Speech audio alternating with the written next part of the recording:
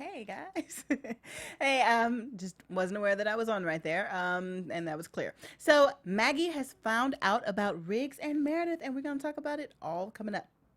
You're tuning into the destination for TV superfan discussion, AfterBuzz TV. And now, let the buzz begin. I like this. I love her.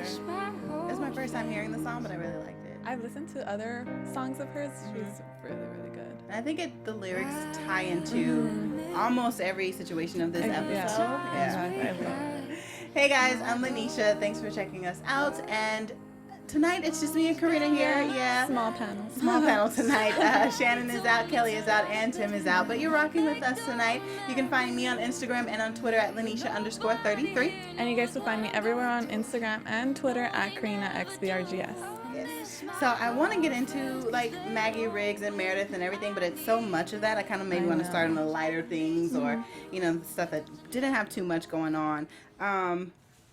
The patient, Mary, and her boyfriend, Dennis. Can we just talk about them for a second? Like how, like lovey-dovey he was, and the nicknames, like oh puddin', oh love bug, oh this, oh that. Didn't they just like meet each other online? Online, and it was only a few months. I guess I shouldn't judge. I'm so single. Yeah, I'm saying. I should be happy when people are in love, or maybe it's a little bit of my jealousy, but I just like they were so into each other and so in love, but then there's a little twist and a little turn because she's in the hospital because she's sick. They don't know what's going on.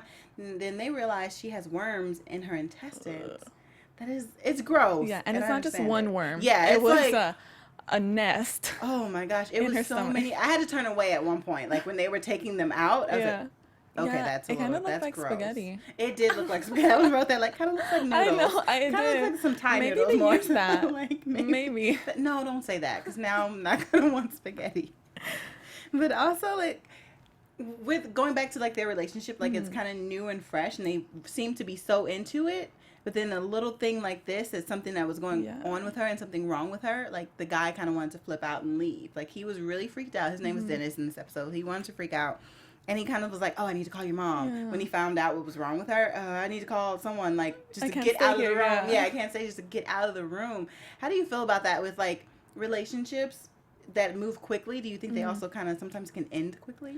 Yeah, and I think also because it was new, and so she had all these worms and stuff, and he was like, oh, like, that's kind of disgusting. Like, she's been having these worms since we started dating, so he kind of felt like, I don't want to be with someone who has all these worms in her stomach. Yeah. So, I mean, I guess, but it's kind of sucks. Like, it sucks. You've been talking to this girl and you're getting to know her, and then all of a sudden you're going to bail on her when things get weird. Right, right? Because they didn't even get too tough. They just got a little weird. Like, and then she accepted that, though, because he does come back, and he came back, and she's like, oh, it's okay. Yeah. Like, because I guess maybe she understood that, too. I guess. That, like, I guess it was, like, kind of weird. I have all these worms in my stomach, but they weren't like bad. It wasn't something serious that she was dying or something, or then that would have been messed up. Right? If he just left. Just like, oh, okay, you're on your deathbed. I'm out. Like, yeah, that'd be weird. I guess she understood. And I think they used these two characters as a little kind of like a segue or a little like door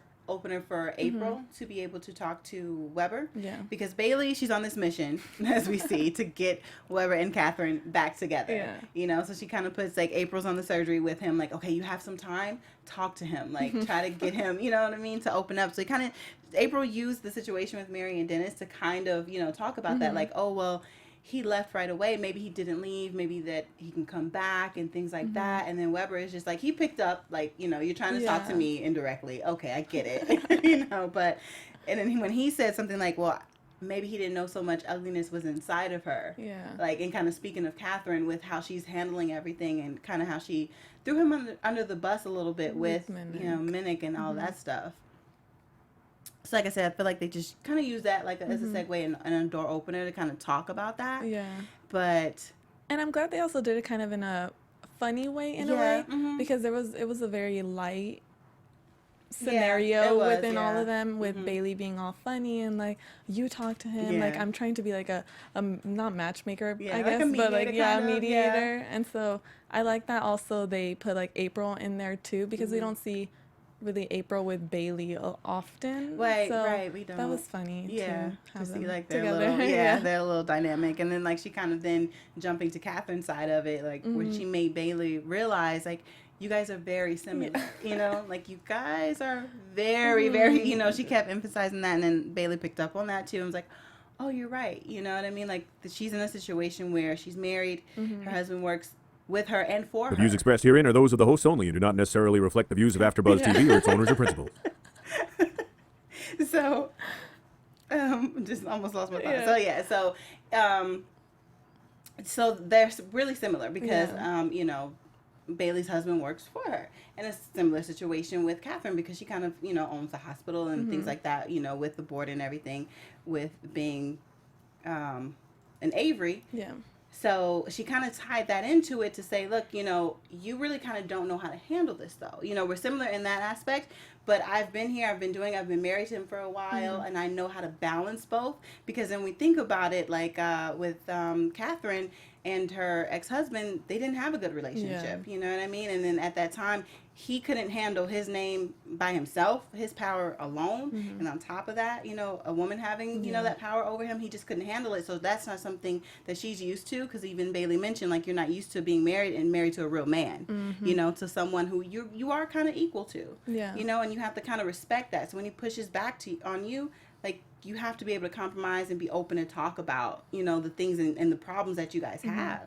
Because before, like, because in the end, yes, Richard and Catherine, you know, they end up together, end up back together and start talking again. But there was a moment where they walked past each other in the hallway and they didn't even speak. That was so sad. It was so sad. They didn't say anything to each other. I thought it from that moment it was done. I was like, oh, okay, well, I guess they're breaking them up. And they've like been one of my favorite couples on there. But I actually really like that with Bailey's expertise as like being divorced and stuff. I like that they kind of had her talk to Catherine because since they are really similar, they both think they're always right. It's kind of good to have Bailey talk to her and say, you know what, like, you need to listen to me. And at the end, she was like, ma'am, Dr. Avery. I was like, there was like still like some respect there. And so I felt like that's why also Catherine took her advice and went and talked to Weber and was like, you know what, I was wrong. And she said she was wrong. And I was like, apologized. Wow. That was a big deal, right? I was like, Catherine never apologizes, you know? So it was really cool to like see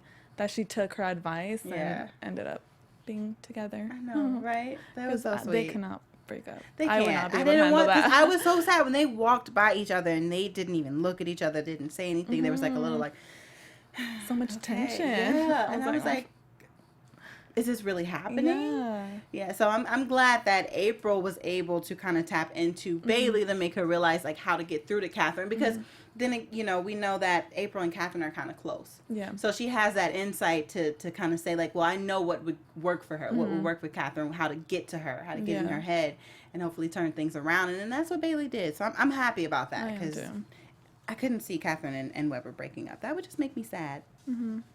But another patient that was in this episode was Veronica, and she's a past patient. She's been on the show before. Yeah. She's pregnant and has cancer. Her story was it was touching. It was really touching. But it was sad at the same time. Yeah. They had to like remove the baby, but I mean, at least he survived. Yeah, the baby survived, because that was one of her things. So in the past episode that she was on, it was like, I'm not sure if she found out she was pregnant, but she knew she was pregnant and that her chemo would possibly harm the baby. And, you know, so she knew she'd rather save her child's life than to save her life, because she also knew, you know, stopping the chemo would affect her life term, you know. But she's, as a mom, I'm not a mother, so, like, I don't get it, but I admire it, and I see how beautiful it is to really be so selfless and, like, want to give for your child. Like, you want... Instead of, you know, ending, because in a situation like that, they can end a pregnancy and it's okay, because they want to save the life of the mother. And most of the time, most women are like, no, save my child. You know what I mean? So, and then the situation with her and her best friend, I guess, / boyfriend. Yeah. I don't know. It's kind of confusing. They were best friends, but then towards the end, she said how she actually loved him, and which was even more sad, because it was like she wasn't able to tell him that, you know, she loved him and that he had always loved her. Yeah, he loved her so much. To always remember that. It was so sad. No, that was. But, and also, like, so she goes through with having the baby because they had to let's have the baby early because now her cancer has spread. And so also a part of her delivering the baby, having the C-section for the baby, going, through some type of a surgery, she didn't want to be resuscitated. Yeah. She would ask for a DNR. And also within women just always being able to look out for, other people because she didn't want to tell, I think, Jer, I guess his name is Jerry, but Jeremy, Jer. I think it was Jeremy. I think she called him Jer for short. But just knowing, like, he would try to stop her and he would just have all these, conflicted emotions. Like, I want you to live, but I also want, the baby to live and things like that. So some people may look like she made the choice for him, but like she said at the same time, he won't understand it. Yeah. And it's what I have to do that's best for everybody, which that takes courage, really I think, does. and a lot of faith in a situation that everything will be okay with the two of them because now it's just him and the baby. So, but like I said, that was just a really touching. I got really emotional during those scenes. I did too, especially when they did the flatline, and you heard it for a really long time. Yeah, I was they did leave it a while. Oh my gosh! And then the way that they framed the scene with it going from the top and just seeing her flatline there, it was just so emotional. It was so sad. But also with her situation, we see Amelia, and we see her at one point kind of caring, because I wrote down in my notes when she didn't want to tell when Veronica didn't want to tell Jeremy about her DNR. And Amelia looked so concerned, well, why not? Why don't you want to tell him? Why don't you want to share that with him? Or maybe she was conflicted within herself because I'm thinking well, sweetheart, that's you. Yeah. Holding back from Owen, not, really wanting to tell him things. And you finally, come back to work and then you finally talk to him and things like that. But to me, it's how can you look at her with this concern? Or I feel for me, I know that's the way I took it. She looked like she was concerned of why she didn't want to tell him. And a little judgmental of Veronica. Why are you doing this? You know what I mean? When she doesn't take her own advice in a way. Yeah, you're doing the same things. I didn't understand that. And then towards the end, she was there for Veronica. She was kind of because Arizona still wanted to push and kind of wanted to reverse the DNR. And Veronica's no, this is what I wanted and this is why. And then so Amelia just was okay, calmed everything down and just was with her. While she passed. What I got out of that was, Amelia was being comforting her and saying, okay, this is your decision. And I felt that kind of also went part with Amelia because she wants Owen and everybody to understand her decision to not have children or, what she wants to do with her body. So I felt that kind of connected in a way that she wants to support her the way that she wishes others supported her in her decisions with, her body and her not wanting a child. So, I mean, I guess I kind of understood that and why she got so emotional in that sense. Yeah, that makes sense. Yeah. I didn't really look at it like that, but that makes sense. And then, because she was definitely very emotional, we see her in the elevator and then the door opens and then magically Owen's just right there. Why wasn't it Meredith or someone? Yeah. But he's just right there to comfort her and be there for her. But oh, Kelly, I miss you. I wish you were here to share this frustration with Amelia because I'm just okay. Yeah, because I didn't understand the whole elevator scene with them just hugging, and then Owen looked kind of, I don't know if he looked kind of mad or if that's just how he was Yeah, that's his face. Yeah. His expressions, they're kind of confused. Are you upset? Are you concerned? Because then he walked out of the elevator nothing, just, leaving her there crying. And I'm I didn't get it. That. Yeah, maybe hopefully next episode they will go into that some more. And because I definitely didn't get it, and we both looked at each other okay, what? Where did Owen show up? Right, and what's that? Okay, you hug her and then you walk. Yeah. What are you guys doing? But so I at this point I want closure on their relationship. Same here before the season finale for sure. End this or do something with it. Yeah, either they're gonna be together or they're gonna break up. They need to tell us what's gonna happen. Exactly, something we need to figure something out. Okay, let's get to the juice. Yes, the biggest part of the episode. Meredith. And Riggs. And Maggie. The love triangle. Right. Not a score this time. Right. Just a triangle. Just the three of them. So they come back from the incident on the flight, and there's a big press conference because, of course, they saved, a few lives. So there's this big press conference, and Maggie's recording, and then she notices how Riggs kind of is very supportive of Meredith and kind of, touching her on the shoulder and lingering there like, and then Meredith kind of, they had a little gaze at each other, and then Maggie noticed that. And then Meredith noticed Maggie noticing. Yeah. So I just want to say, because I predicted that Maggie would be a brat about it when she found out. Yes. I was like, she was such a brat about it. I mean, I'm not, it's okay for her to be upset. I just think the way she reacted, it was like, you don't want to talk about it. Then when you do want to talk about it, you want to talk about it in front of everyone, like at the lunch table with like, Karev is there and other people are sitting around, and Meredith's like, we can talk about this. We can go somewhere and talk about it. But she definitely was like being a brat. Yeah. And I just love the way the episode started with Meredith kind of just like practicing what she was going to say, because you saw how much Meredith cares for her relationship with Maggie, so she wanted to say all the right things. And Maggie I kind of felt bad for Maggie in a sense where she, she's like the supportive sister, like, you're going to do fine, up with the camera, recording her and stuff. But yeah, it just, I mean, I felt bad for Maggie, but she was very stubborn when it came, because, I'm forgetting the name. Riggs or no, Meredith. Meredith. I'm forgetting the name. Like Meredith wanted to talk to her, and she wanted to have an adult conversation and explain to her exactly what happened between her and Riggs. And Maggie was just not listening, and it was so frustrating to me because I'm like, just let Meredith talk, and she'll explain it to you. And so she was just acting really childish. Yeah, like even if you want to, like I said, you can be upset, so maybe you don't talk to her. That's fine. Maybe you do little snarky things, but like I said, the way you want to talk about it in front of everyone. And then also, I guess she took Meredith's OR, her operating room first. Like, I was in OR 3.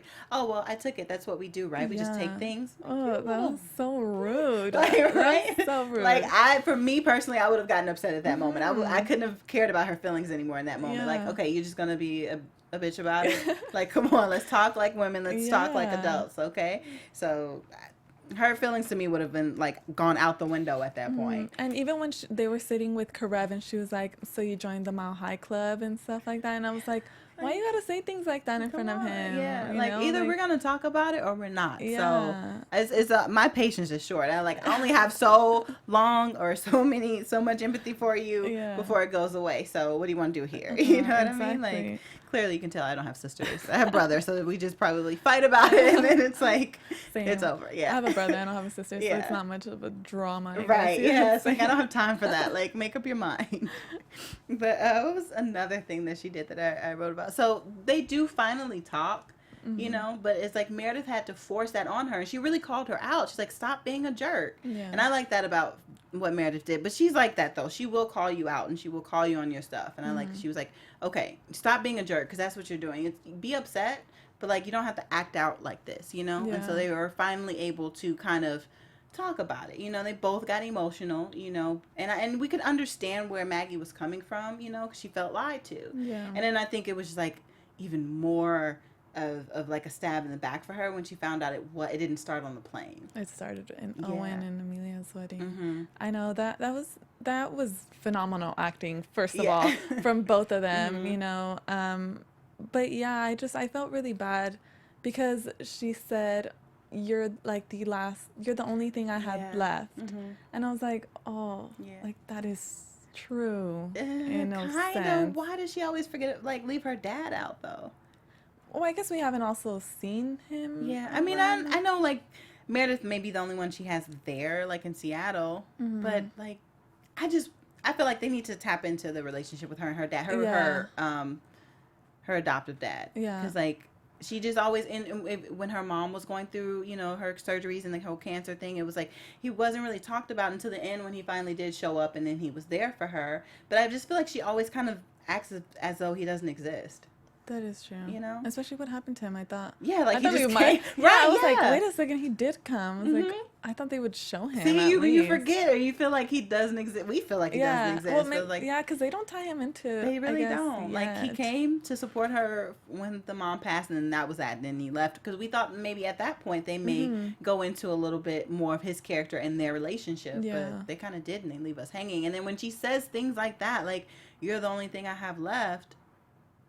it leaves me like I'm confused about Maggie's relationship with her dad. That is true. And I mean, well, Amelia and her, I guess, aren't that close. Yeah, I guess they're not that close. I guess it's more of the trio, but it's like Meredith, I guess, is like the head of it, I guess, in a way. I guess she's like the center of it. Yeah. And they're both like, because they're related through Meredith. You know what I mean? Because if it wasn't for Meredith, then the two of them wouldn't have crossed paths. They don't really have much in common, but like besides working at the same hospital, like that's it. Yeah. So without Meredith, they probably wouldn't have the close relationship that they have. Yeah, that makes sense. But it was just, I felt for Maggie in that scene, but then when she kept on acting childish, I was like, girl, I don't feel bad anymore. Yeah. You know? Right? But I felt for her too. And also when because like I mentioned, she had to find out that it didn't start on the plane, it started before that. So when she was saying like, I poured out to you, like I told you how much I liked this guy and all these things, and you had slept with him, you know what I mean? Like you were involved with him and you knew how much I liked him. Like you should have said something then, which I agree with, and I can understand how that, but that's the whole point of like, well, let's talk about it. Don't just act out. Like let me know how you feel, because that is hurtful, and that is a betrayal of some sort. Like, yes, you slept with this man and I'm just sitting here listening to you, pour your heart out about him. Yeah, so I think Meredith should have told her sooner than this. But then also, I guess, her decision to not tell her, and then all these things happening, her mom getting sick and everything, I guess, in a way, you understand where Meredith is coming from, where she had to wait until the right moment, or like a better moment to tell her. So I'm like in the mix of both. I'm like, Meredith should have said something earlier, but then you can't blame Meredith for not telling her, like, because things were piling up, so. And it's like she doesn't want to add fuel to the fire. Like you're already down, you're already going through things. I don't want to add to that. Like she said, you're my sister, like, so in a sense it's like, and then Meredith is older, so in a sense it's like, I want to protect you. I'm going to be that big sister, for you, because it took a while for Meredith to get to that point. Even when she met Lexi, it took her a while to be that protective, type of sister, and then she was, and then she lost her. So it's like, she has almost like another chance, with Maggie. So it's like, I want to do my best with you, and I want to protect you. And it's like, it may not always come across like I am protecting you, but at the end of the day, that's what I'm doing. Exactly. Yeah. And then towards the end, when they were, I guess, kind of made up in a way, I don't know, I felt that Meredith, when she said something along the lines where it's like, she's not going to let a guy get in between them. And I was like, okay, well, so is she now picking Maggie over Riggs? So is she not going to give Riggs a chance? That left me a little bit confused. I was like, but I mean, family over a guy. But then I hope that Maggie, it ends up being okay with ends. It's like, okay, Meredith, if you're happy, then that's what should matter. So that's what I'm hoping Maggie will eventually do. Because I think do hopefully, I don't, because she ended up going out with her. I think she's, starting to let her guard down about that, and she's not as upset. And then hopefully she will be open to that idea, because I think Meredith is coming from a place that she might put him on the back burner, because now that she's, come to terms with it, and I kind of has accepted that relationship with her and Riggs, I don't think she now would just let it go right away. I think she would like, yes, I want to make sure that you are okay, and you're okay with this, but I am going forward with this, So I think in this moment right now, it's just like, okay, now my focus is you. You know what I mean? If it had gotten really bad, then maybe she would have to make a choice. But since Maggie decided to go out with her and Amelia, have a good night, girls' night out, I think it's just more so like on the back burner. I'm going to make sure you're good, you're okay. But just know I'm going to go ahead and get me some more of Riggs. You know what I mean? Like later on. A little later. When things settle down, I guess. Things calm down. I feel like Maggie, hopefully over time, she'll kind of come around. So. We need a new love interest for her. Like to take her mind off of some things, she hasn't had one. Other than DeLuca, but that was like, because of what I was going to say, she needs someone challenging, you know what I mean? Because DeLuca, he's cute and everything, but he was an intern, and she always was like on the fence about the relationship, and she was never really too comfortable with it. By the time she got comfortable with it, he was over it. So we need a new love interest for because Maggie. I remember she was with somebody that then got engaged. Remember that? It was like the very beginning when she first came onto the show. Oh yeah, it was like one of her from like where she was from, right? Yeah, Like a friend or something like that. And they that were he really got close. married, Yeah. and so she was like, "Oh, okay, well." But I think, and that just goes to like Maggie's innocence, like because I think they were really good friends, or they might have had like one moment, if I remember right, and she just kind of was like hopeful because of their relationship, and then it was like a slap in the face, like, oh, you're engaged now. Oh, okay, but it was one of those things where it still wasn't like a real, like the real deal, So she needs to. Give her like a little bad boy, like you know what I mean, to tap into like all those things her mom suggested she do. Like, where's the bad boy for Maggie? And at least she could get over Riggs and like and not even care. Yeah, get her someone hot and bad. Like, that's what I want for Maggie. Okay, so I feel like we have covered everything. Yeah. With that. Do you think we missed anything? Not really. We should do some predictions. Yeah, so I was gonna say, let's do predictions. And now, your AfterBuzz TV predictions. You wanna go? My predictions. Well, it's not a prediction, but I am hoping Maggie gets somebody. Yeah. But what I predict is, like, since we're getting so close to the end of the finale, I feel that we're gonna start looking more into Minnick and her situation of being there, because there has to be, I guess, an agreement or a final thing as to what they're gonna do with the internship and things like that, and what's gonna happen with Weber. Is he still gonna be that? Because I feel like right now that Catherine and him are kind of getting back together in a way. I feel like that should open up the questions or a conversation as to what's gonna happen in that perspective. Yeah. And then also I still want Joe. Like, I want them to. What happened to that? Yeah. I thought we have like 3 episodes left and they haven't even brought him into the show. So I'm kind of confused because they said it was going to be towards the season finale. So. Well, we have, hopefully. 3 or 4 episodes left, I believe. So I guess maybe. This was 20? Or 21? Yeah, this was 20. This is 20, okay. So, yeah, we have like 4 episodes. So maybe. So we still have some time for Joe's husband or unless that's like the bombshell. Maybe. Oh, yeah, it might be towards the end to leave like a cliffhanger. Yeah. Yeah. For season 14. My prediction is that Owen and Amelia will officially like move on. Like, because I do believe like they have like kind of ended things. So just like totally like kind of separate, let that, you don't need that lingering like, oh, but I still care. No, because we're grown. If you guys wanted to be together, you'd be together. You're figure out your differences and you would make it work. So let's just have them separate all the way together. You know what I mean? Like, we don't, like I said, we don't need that lingering, like, they see each other in the hallway and they have that stare, that awkward elevator moment. Like, I don't need any of that. So so either next episode or by the end of this season, they will like officially like cut ties, or like Kelly kind of hinted, or if Amelia is leaving, then maybe that's how that will happen. Like, oh, maybe I need to go to another hospital, or something like that. Leave? I might want her to. So I'm just gonna I might want her to leave too. Yeah, I just like I do like her character. I do like her character, and I understand why they brought her in. Yeah, because Derek died. Yes, I understand why they brought her in. And I mean, I do still think she plays a role on Grey's. It's just I want them to do more with her character and Owen. If they're not going to be together, have them separate, start new lives. Give Owen somebody who wants a child and will make him happy, because I feel so bad for Owen. Like, why are you guys torturing Owen so much? I feel like that's torture. I hope that towards the end of at least this season, they kind of give us more on the relationships, because April and Jackson, what's going on with them? Minnick in Arizona, DeLuca and Joe and Karev, all of that. It's like I need a little bit of closure before the season ends, Yeah. So. Like I definitely want them to tap into Jason. That's not his name like at all. Like, not even his real name.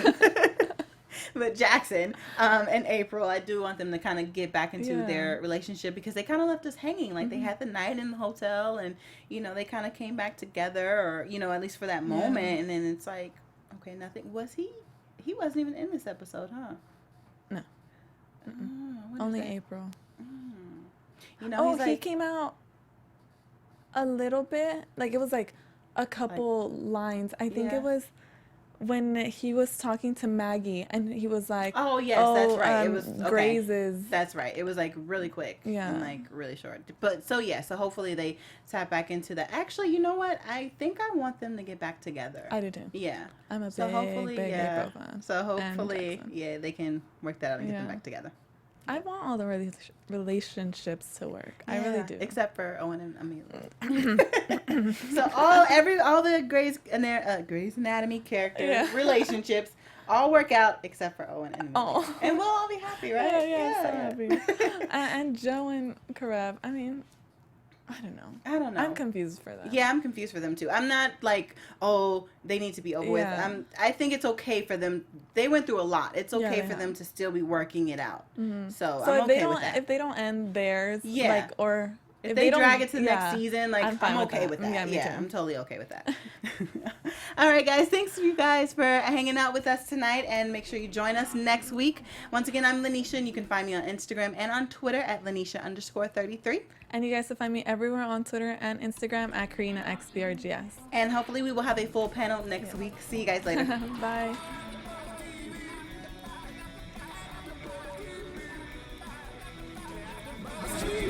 From executive producers Maria Menounos, Kevin Undergaro, Phil Svitek, and the entire AfterBuzz TV staff, we would like to thank you for listening to the AfterBuzz TV network.